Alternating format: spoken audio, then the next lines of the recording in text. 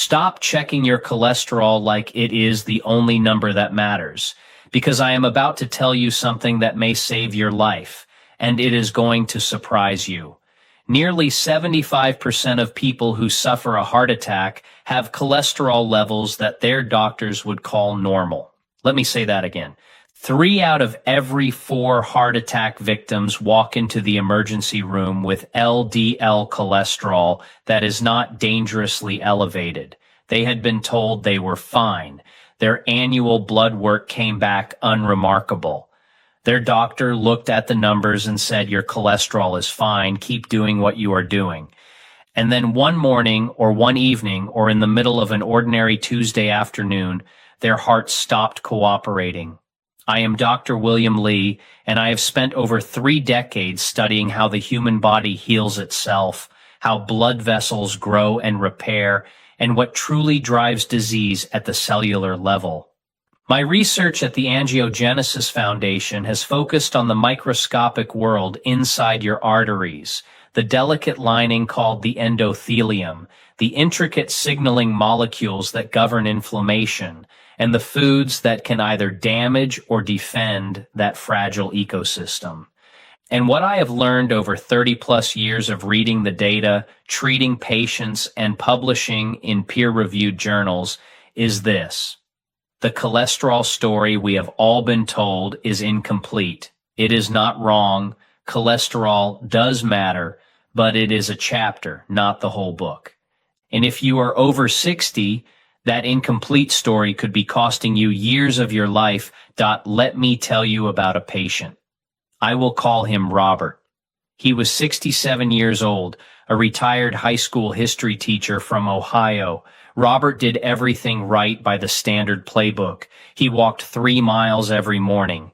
He ate a Mediterranean-style diet, or at least what he thought was one. He saw his primary care doctor every year without fail, and every single year his LDL cholesterol came back around 110, not perfect, but not alarming. His doctor said the words Robert wanted to hear: "You are in good shape for your age. Keep it up." 8 months after his last checkup, Robert was standing in his kitchen making a pot of coffee when he felt a pressure in his chest that he initially dismissed as indigestion. By the time his wife drove him to the emergency room, he was in the middle of a full-thickness myocardial infarction, what we commonly call a widowmaker heart attack. His LDL cholesterol that day, measured in the cardiac catheterization lab, 114, still normal, still unremarkable, still within the range that would not trigger any alarm on a standard lipid panel. Robert survived. Many people do not, and his story is not rare, it is frighteningly common. The UCLA Health System published an analysis showing that less than 2% of heart attack patients had both ideal LDL and ideal HDL cholesterol levels at the time of their event. But here is the critical detail that most people miss. The vast majority of those patients were not walking around with cholesterol levels in the 300s. They were sitting between 100 and 130, or the so-called borderline zone, where most doctors in America will tell you, "Let us watch this, let us check again in a year." So if cholesterol is not the whole story, what is? I'm going to walk you through the real biology of what is happening inside your arteries, and then I'm going to give you 3 specific foods backed by human clinical studies that target the actual root cause of most heart attacks. These are not supplements. They are not expensive superfoods you have to order from a specialty website. They are ordinary foods you can find in any grocery store, and each one works through a distinct biological mechanism that I will explain in detail.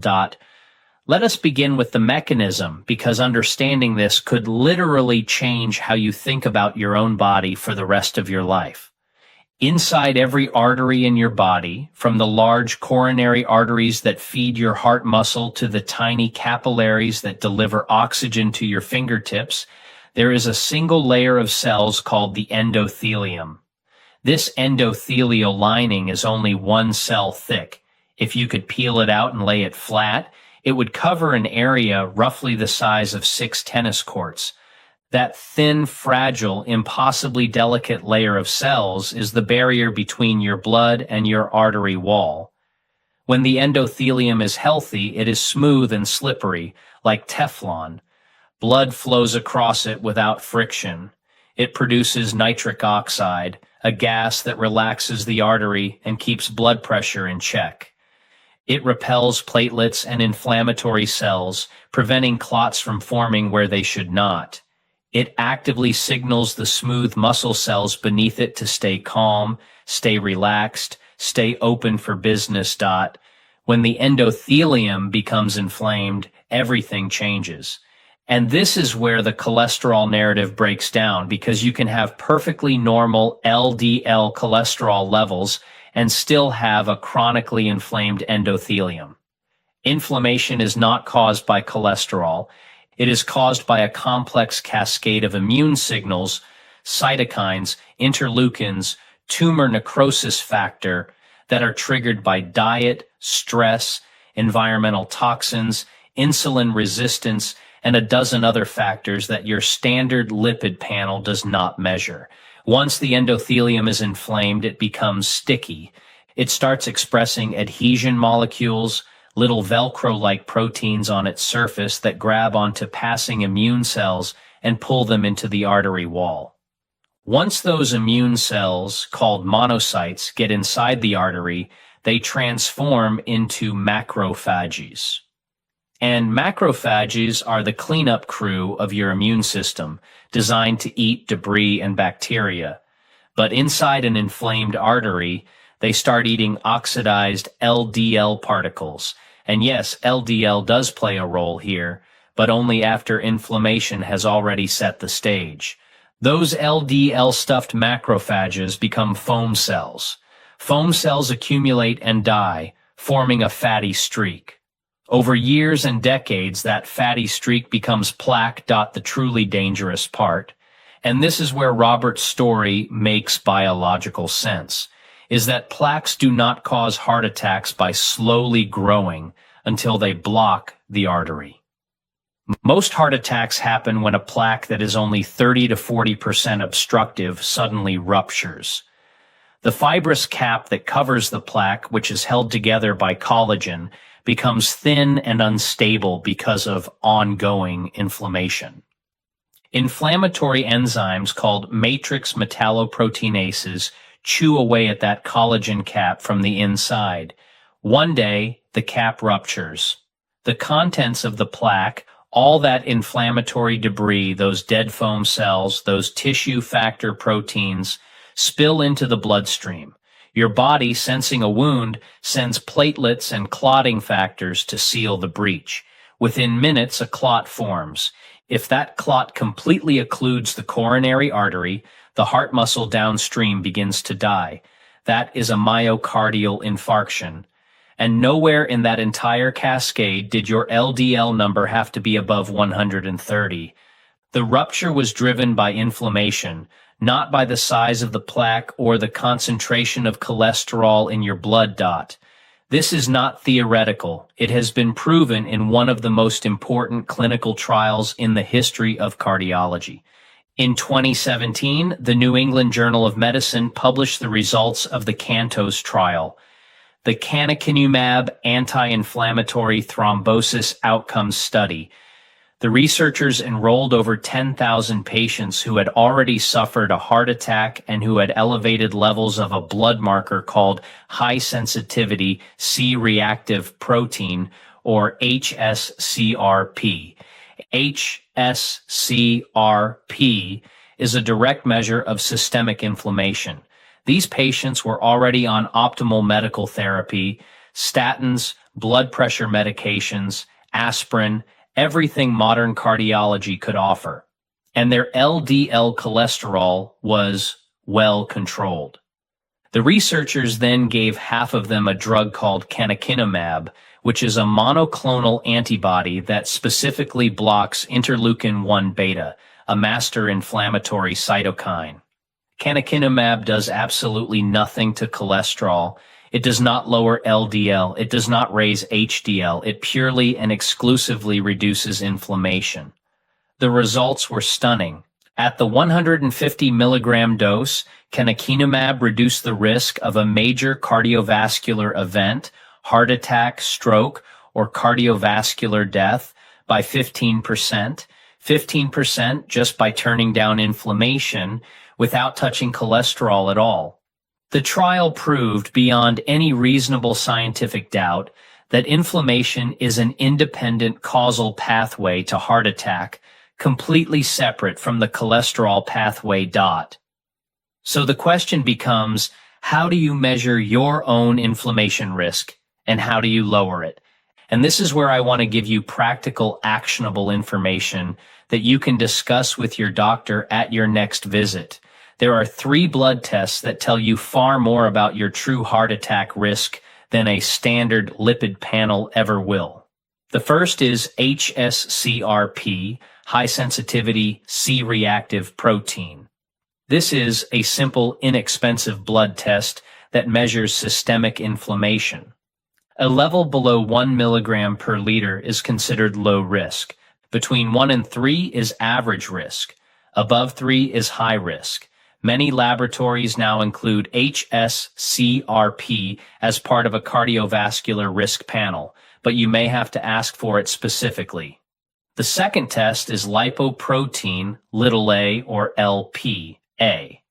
This is a genetically determined lipoprotein that is largely unaffected by diet or statins.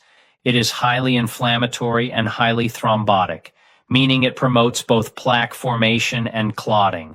Approximately 20% of the population has elevated Lp(a), and it is entirely independent of your LDL number.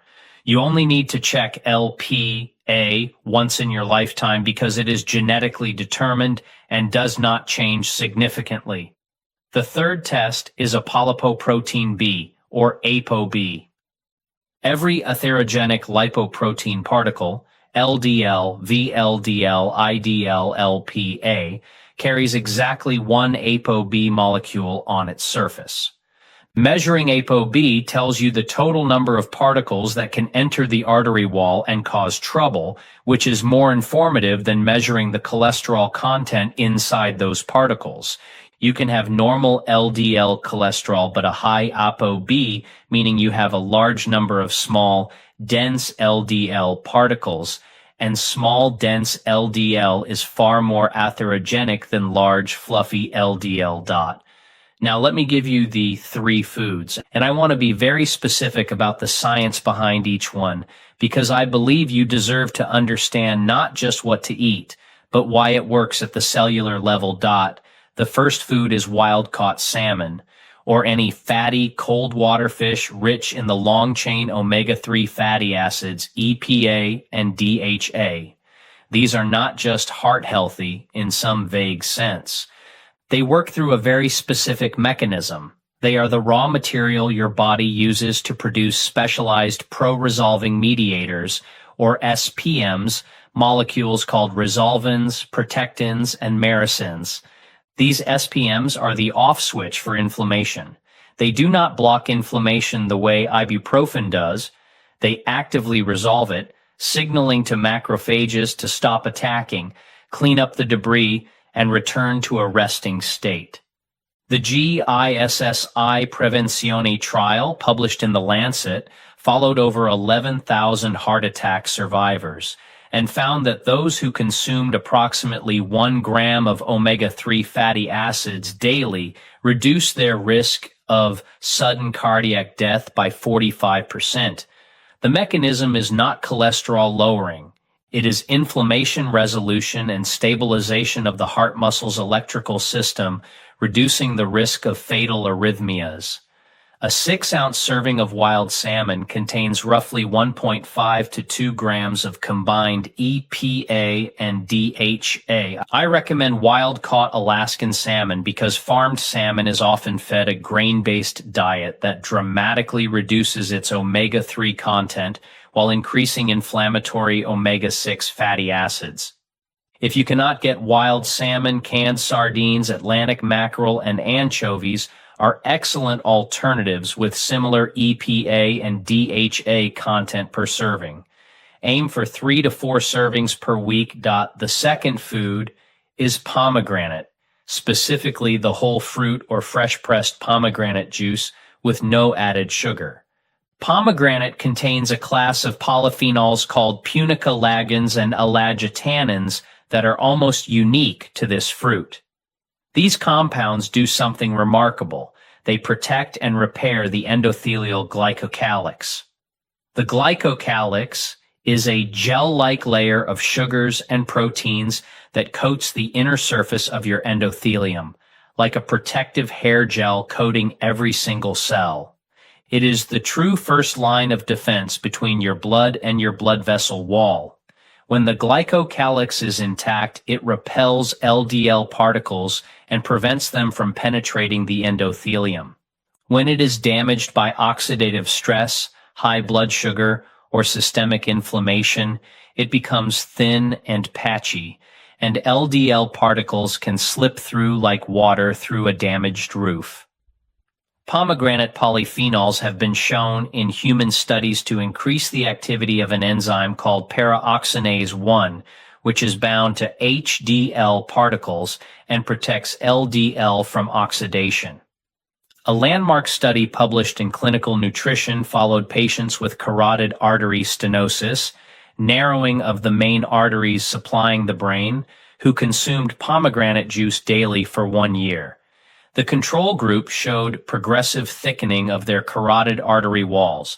The pomegranate group showed a reduction in arterial wall thickness of up to 30%. That is reversal, not just prevention. The recommended dose is approximately 8 ounces of unsweetened pomegranate juice daily, or 1 whole pomegranate eaten as the whole fruit. If you are taking blood pressure medications, particularly ACE inhibitors or ARBs, pomegranate can have a mild additive blood pressure lowering effect, which is generally beneficial but should be monitored. The third food is extra virgin olive oil, but not just any olive oil and not just drizzled on salad as an afterthought. The compound in olive oil that matters most for your arteries is called oleocanthal. Oleocanthal is a natural phenolic compound that has been shown to inhibit the same inflammatory enzymes, COX-1 and COX-2, that are targeted by ibuprofen. In fact, the throat-stinging sensation you get from a high-quality, freshly pressed extra virgin olive oil is caused by oleocanthal activating the TRPA1 receptor in your throat, and it is a marker of anti-inflammatory potency. The PRIDIMED trial, one of the most important nutrition studies ever conducted, published in the New England Journal of Medicine, randomized over 7,000 participants at high cardiovascular risk to either a Mediterranean diet supplemented with extra virgin olive oil, a Mediterranean diet supplemented with mixed nuts, or a low-fat control diet. The olive oil group showed a 30% reduction in major cardiovascular events, heart attack, stroke, and cardiovascular death, compared to the control group. The benefit was so clear and so dramatic that the trial's Data and Safety Monitoring Board stopped the study early because it was considered unethical to continue denying the control group the benefits of the Mediterranean diet. You need approximately 4 tablespoons per day of true extra virgin olive oil, the kind that is cold-pressed, unfiltered if possible, and harvested within the last 12 to 18 months. Olive oil degrades over time and loses its polyphenol content, so freshness matters. Look for a harvest date on the bottle. If there is no harvest date, assume it is already degraded. Store it in a dark, cool cabinet because light and heat destroy oleocanthal. Before I give you the exact daily protocol, I want to pause for a moment and ask you something.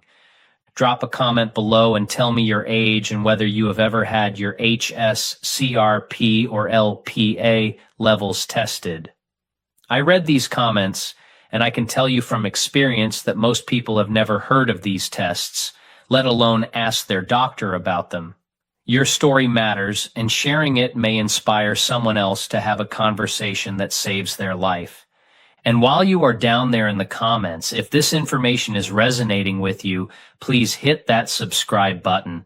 Every week I break down the complex scientific research behind what really drives health and disease, and I give you actionable, evidence-based strategies to take control of your own health. Do not rely on a system that tells you your cholesterol is fine and sends you home. Learn what is actually happening inside your body so you can advocate for yourself. Now, here is your daily protocol. This is what I would prescribe to a patient like Robert T.U., someone over 60 with normal cholesterol but a family history of heart disease, or anyone who simply wants to address the root cause of arterial inflammation rather than waiting for a lipid panel to raise a red flag dot. In the morning, begin your day with 8 ounces of unsweetened pomegranate juice. If you prefer, you can blend the arils from one whole pomegranate into a smoothie, which has the added benefit of providing fiber that the juice alone lacks. Wait at least 30 minutes before you take any blood pressure medication, as I mentioned earlier, because pomegranate can mildly enhance its effect. For breakfast, incorporate 2 tablespoons of fresh, high polyphenol, extra virgin olive oil, drizzle it over eggs, or mix it into a bowl of steel-cut oatmeal with a handful of walnuts. Walnuts themselves are an excellent source of alpha-linolenic acid, a plant-based omega-3 that complements the EPA and DHA you will get later in the day from fish. For lunch, a large salad with dark leafy greens, sprouts, spinach, arugula, kale, dressed with another tablespoon of that same fresh olive oil and lemon juice. The vitamin C in the lemon enhances the absorption of the polyphenols in the olive oil. For dinner, a 6-ounce serving of wild-caught Alaskan salmon, or sardines or Atlantic mackerel, prepared simply baked, broiled, or pan-seared in a small amount of olive oil with herbs and garlic. Garlic itself contains allicin, which has its own mild anti-inflammatory and blood pressure-lowering properties, so use it generously. If you do not eat fish, you can substitute with ground flaxseed, chia seeds, and an algae-based omega-3 supplement. But I want to be honest with you, the clinical trial data for cardiovascular protection is strongest for marine omega-3s from actual fish consumption, not supplements. The supplement trials have shown mixed results, while the food-based trials consistently show benefit. This pattern suggests that the whole food matrix, the combination of omega-3s with the other nutrients, peptides, and cofactors naturally present in fish, matters more than isolated EPA and DHA in a capsule. I want to share one more part of Robert's story because it illustrates why I am so passionate about this topic. After his heart attack, Robert asked me the same question I have heard hundreds of times from patients in that exact situation. He looked at me, still pale, still connected to monitors, still processing the fact that he had nearly died, and said, "Dr. Lee, I did everything right, and I still ended up here. What was the point of all those years of careful eating and exercise if it did not protect me?" And I told him something I want you to hear too. The careful eating and the daily walking and the annual checkups did protect him. They probably bought him 20 years he would not have had otherwise. His heart muscle was strong from the exercise, and that strength helped him survive the heart attack itself. The problem was not that his efforts were wasted. The problem was that the standard screening tools he and his doctor were relying on were incomplete. They were measuring one risk factor, cholesterol, while a different risk factor, inflammation, was quietly, silently, invisibly damaging his arteries year after year. Once he understood that, once we added HSCRP and ApoB to his blood work, once we shifted his diet to specifically target inflammation rather than just avoiding saturated fat, his numbers transformed. His HSCRP dropped from 4.2 to below 1 within 6 months. His ApoB fell to an optimal range. And 3 years later, a repeat coronary angiogram showed that his non-obstructive plaques had stabilized and, in some segments, had actually regressed. I am telling you this because I want you to understand that this is not about fear. It is not about scaring you into throwing away everything in your refrigerator and eating only salmon and pomegranate for the rest of your life. It is about giving you information that most people never receive until it is too late. Your cholesterol number is a data point. It is not a guarantee. It is not a clean bill of health. And if you are over 60, the invisible processes of inflammation,